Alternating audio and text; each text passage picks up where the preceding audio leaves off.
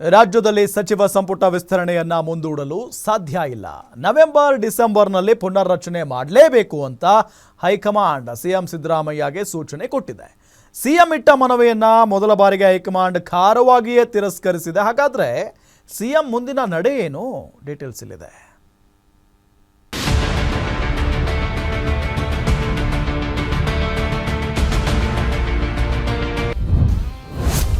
ಸಿದ್ದರಾಮಯ್ಯ ಸಂಪುಟಕ್ಕೆ major surgery fix.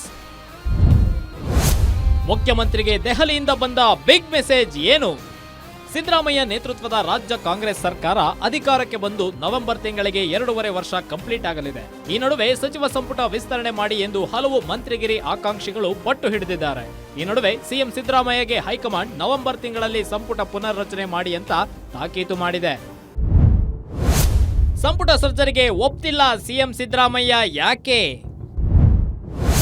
3 ವರ್ಷ ಸಂಪುಟ ಪುನರ್ರಚನೆ ಬೇಡ ಎಂದಿದ್ದೇಕೆ ಸಿಎಂ ಸಿದ್ದರಾಮಯ್ಯಗೆ ಸಂಪುಟ ಪುನರ್ರಚನೆ ಮಾಡಲು ಹೈಕಮಾಂಡ್ ಪರಮಾಧಿಕಾರ ಕೊಟ್ಟಿದೆ. ಆದರೆ ಸಿದ್ದರಾಮಯ್ಯ 3 ವರ್ಷ ಕಂಪ್ಲೀಟ್ ಆಗೋವರೆಗೂ ಪುನರ್ರಚನೆ ಮಾಡುವುದು ಬೇಡ ಅನ್ನೋ ವಾದ ಮಂಡಿಸಿದ್ದಾರೆ. 3 ವರ್ಷ ಕಂಪ್ಲೀಟ್ ಆದ ಬಳಿಕ ನಿಮ್ಮ ಅವಕಾಶ ಮುಗಿಯಿತು, ನೀವು ಬೇರೆಯವರಿಗೆ ಅವಕಾಶ ಕೊಡಿ ಎಂದು ಹೇಳಬಹುದು. ಆದ್ರೆ ಈಗ ಮಾಡಿದ್ರೆ 2.5 ವರ್ಷದಲ್ಲಿ ಅಧಿಕಾರ ವಾಪಸ್ ಪಡೆದ್ರು ಅಂತ ಅಸಮಾಧಾನ ಪಾಲಿಟಿಕ್ಸ್ ಶುರು ಮಾಡ್ತಾರೆ ಅನ್ನೋದು ಸಿದ್ದರಾಮಯ್ಯನವರ ವಾದ.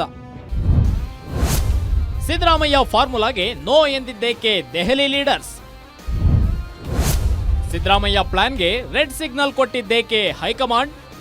ಸಿದ್ದರಾಮಯ್ಯನ ವಾದ ಈಗ ಕೇಳೋಕೆ ಹೈಕಮಾಂಡ್ ರೆಡಿ ಇಲ್ಲ. ನವೆಂಬರ್ ತಿಂಗಳಲ್ಲಿ ಮಾಡಿದ್ರೆ 2.5 ವರ್ಷ ಕಂಪ್ಲೀಟ್ ಮಾಡಿದಂತೆ ಆಗುತ್ತೆ. ಉಳಿಕೆಯವರಿಗೂ ಅವಕಾಶ ಸಿಗಬೇಕು. ಹೀಗಾಗಿ ನವೆಂಬರ್ ತಿಂಗಳಲ್ಲಿ 50% ಮಂದಿ ಸಚಿವರಿಗೆ ಕೋಕ್ ಕೊಡಿ ಎಂದು ತಾಕೀತು ಮಾಡಿದ್ದಾರೆ.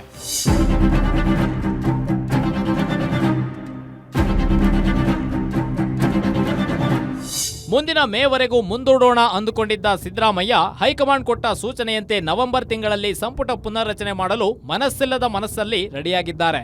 ಆದರೆ ಕೊನೆಯ ಕ್ಷಣದಲ್ಲಿ ಯಾವ ದಾಳ ಉರುಳಿಸುತ್ತಾರೋ ಕಾದ್ ನೋಡಬೇಕು. Maruti Pavagada, political bureau, guarantee news.